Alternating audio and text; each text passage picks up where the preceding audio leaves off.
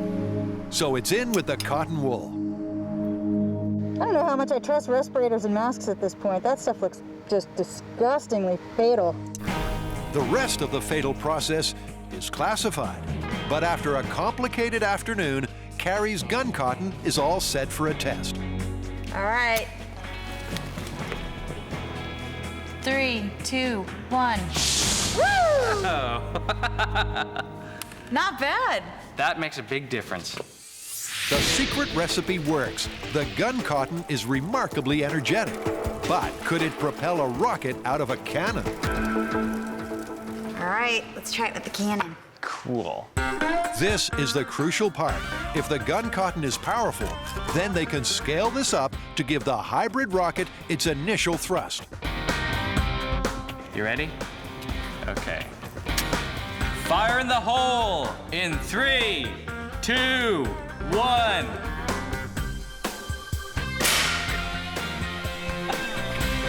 Success. And with more of it, it could just be enough to kickstart the rocket out of its naval cannon launch tube. The fifth and final mythical ingredient is ready. The gun cotton check. That just leaves the last details. First, the nose cone. I don't have a big enough piece of wood for the nose cone, so I'm going to lay that out of foam. I mean, we're not putting an actual warhead on this thing. Even the MythBusters have to draw the line somewhere. A foam nose cone will have to do. And second, a paint job. Looking pretty in pink, the MythBusters rocket is finally ready.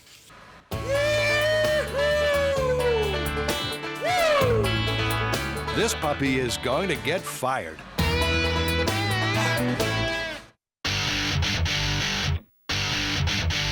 Oh, it's gotten heavier. Yeah, I know. The MythBusters' homemade Confederate rocket is about to shoot for the moon. Time to return to the desert.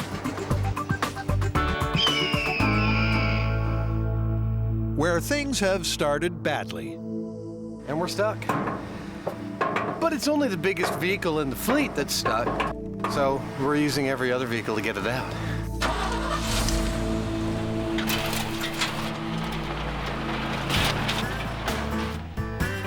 Jamie drove them into this mess, so he's got to dig them out. What else do we have to stick under there? Anything? But they're not having much luck. And believe me, this is not a fun place to break down. We were hoping to work for the morning and then go back to the hotel, have a hacienda, work later in the day so we didn't take the heat of the sun. But no! Go ahead and pull.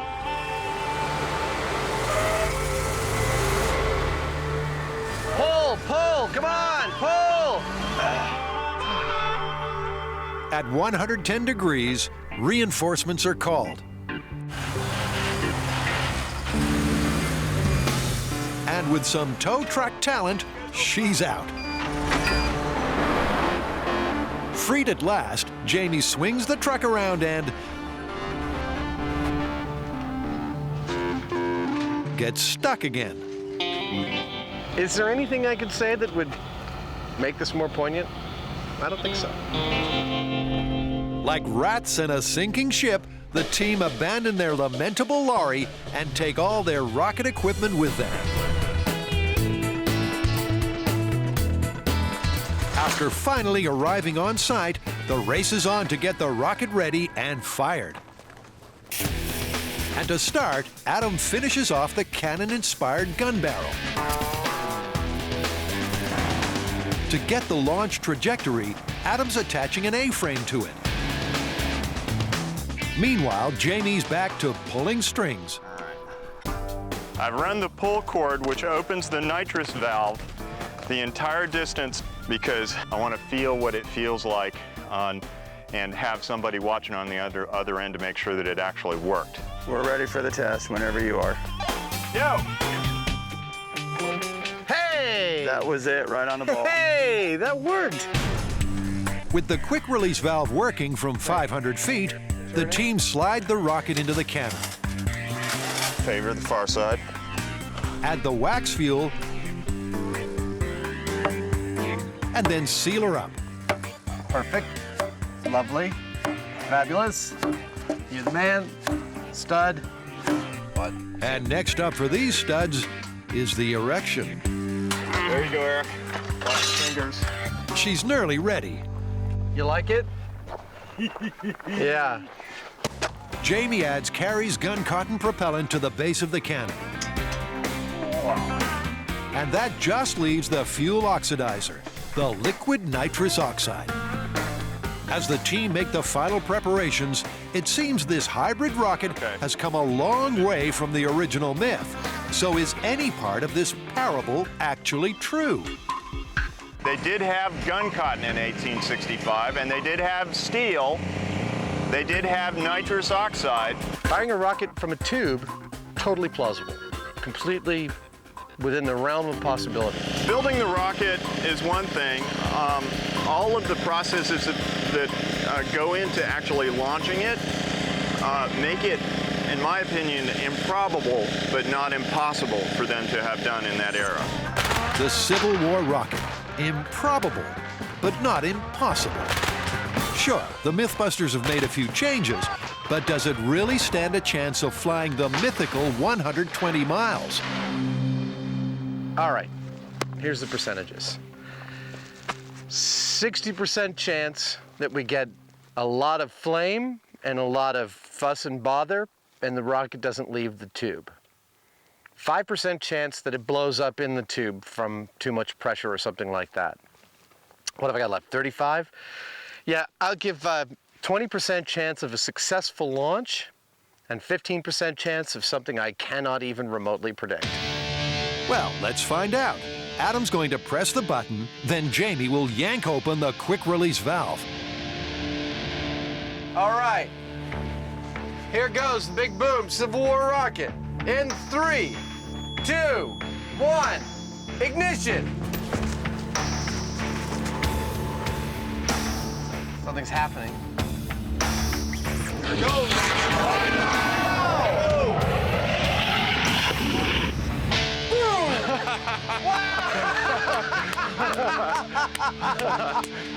Woo! I know, me too. Yeah! I forgot to take a picture.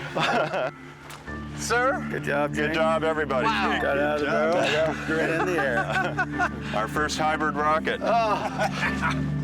And didn't she do well? It took a while for the nitrous oxide to mix with the fuel, but then she was off. Nice work. Should we go find our rocket?